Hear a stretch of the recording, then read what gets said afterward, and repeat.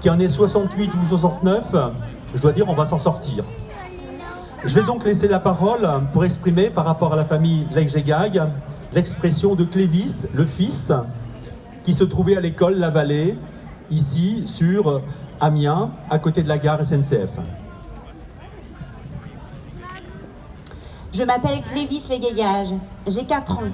Je suis arrivée en France à 1 an et demi parce que mes parents étaient en danger de mort dans leur pays. Mais aussi parce qu'ils ne voulaient surtout pas que je vive ce qu'ils avaient vécu. Et papa veut que j'ai un bel avenir. On est arrivé à Lyon avec une petite valise. On a dormi dehors. Il faisait froid. Mais papa et maman se serraient bien contre moi pour que je n'ai pas froid.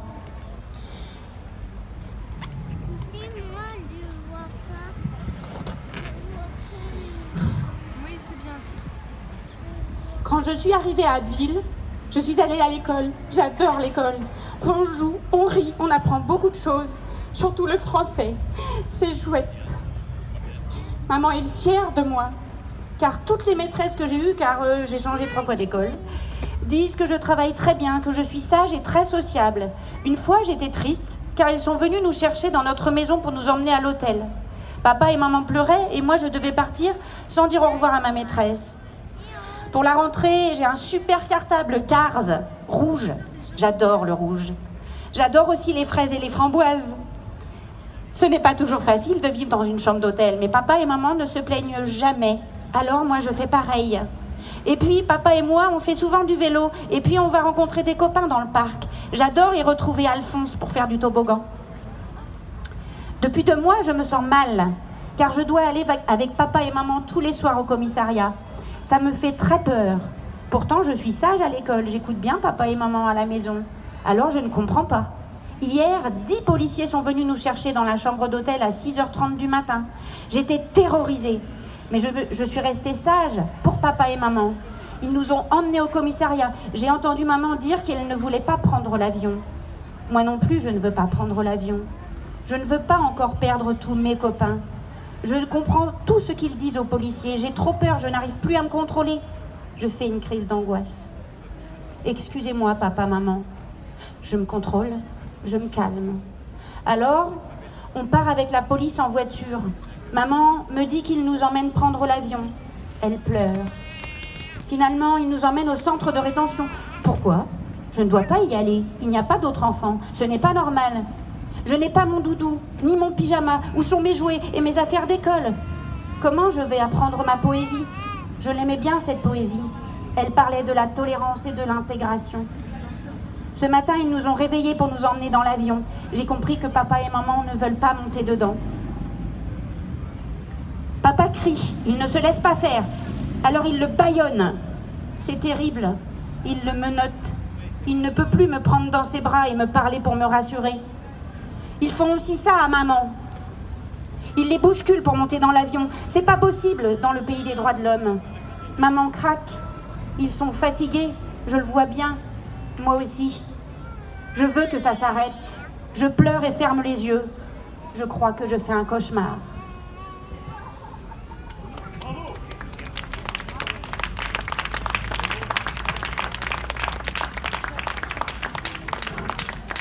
Madame la préfète, je viens d'apprendre sur Twitter l'arrestation de mes amis Vladimir, Teresa et Clévis Legégag. Je n'ai pas de mots pour vous décrire l'état dans lequel je me trouve depuis que cette nouvelle m'est parvenue. J'ai moi aussi un fils qui a le même âge que Clévis, à quelques mois près. Nous nous sommes rencontrés il y a 2 ans, au parc de jeux de notre quartier, la Vallée Saint-Ladre, où il venait tout juste d'arriver. Mon petit garçon est allé tout naturellement parler à cet autre petit garçon de son âge. Ils ont joué toute l'après-midi ensemble, comme 2 gosses insouciants qu'ils sont. Nous avons sympathisé avec Vladimir et Teresa à compter de ce jour. Il avait besoin d'un coup de main pour réparer son vieux vélo rouillé, alors je l'ai guidé sur le plan d'Amiens, une ville qu'il ne connaissait pas. Au fil du temps, nous nous sommes retrouvés de plus en plus souvent. Ils nous ont raconté leur histoire. Clévis passait tous ses mercredis au centre de loisirs Michel-Ange avec son copain Alphonse. Il était tout heureux de le retrouver à chaque fois. Il parlait déjà un français plus que correct il y a 2 ans. La famille Legégag a alors brutalement disparu du quartier. Nous avons appris par la suite qu'ils avaient été déplacés ailleurs, dans Amiens. Nous les avons retrouvés l'an dernier, au hasard d'une sortie au marché de Noël. Depuis, nous avons renforcé nos liens avec eux, échangé nos numéros, nous sommes retrouvés plusieurs fois au Parc Saint-Pierre pour aller y jouer après l'école, au week-end.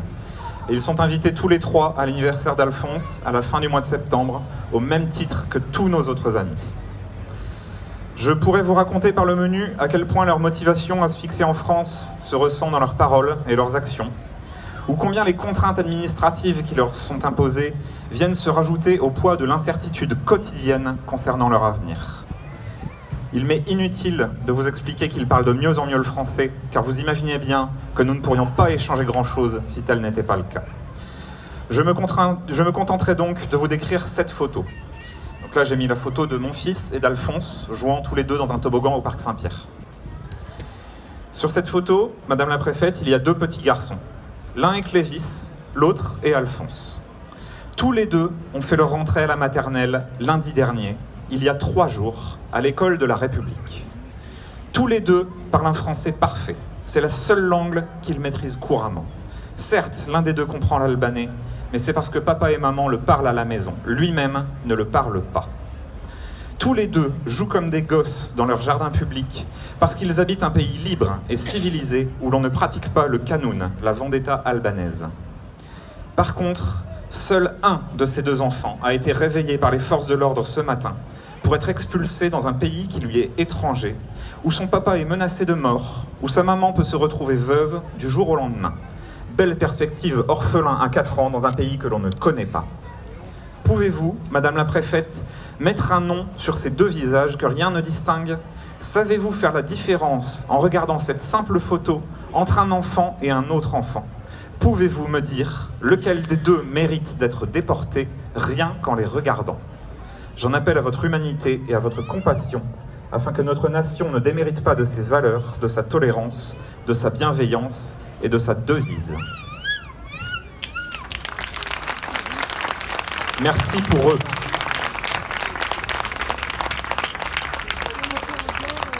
En tout cas, merci à l'association Oiseau de nous avoir prêté le micro. Merci à tous. Tout simplement, nous avons interpellé le député Ruffin, nous interpellons la députée Pompili, le sénateur Manable, pour demander effectivement que la famille Lekjegaj puisse revenir ici en France. Un modèle d'intégration, il faut le dire, parce que vraiment cette famille a fait de ce combat un combat où elle a bien réussi. Et puis pour la famille Isadjanian, où tous les atouts de la nature ne leur ont pas été donnés, dans la mesure où ils sont tous les deux handicapés, et bien qu'ils puissent ici rester en France. Aujourd'hui, ils vivent discrètement, évidemment, vu qu'on a essayé de les attraper, de les appréhender, de les capturer, jeudi dernier, le même jour. Et donc, ils ont eu de la chance, ils n'étaient pas là au moment où les deux policiers sont intervenus. Et bien sûr, tous les autres, bien sûr qu'on n'oublie pas, et on espère que le 27 septembre, date à laquelle nous avons audience avec Madame la Préfète, elle nous écoute, qu'elle accepte cet accueil dans tous les cœurs des Français, finalement, qui est présent dans tous les cœurs des Français, et ici vous êtes présents dans ce sens-là. On espère qu'effectivement, Madame la Préfète comprenne qu'effectivement la France est un pays d'accueil et non pas un pays fermé où on doit vivre qu'entre Français, mais on doit vivre parmi toutes les personnes du monde. La France a la capacité quand même d'accueillir tout le monde. Merci à tous, merci à l'association Oiseau.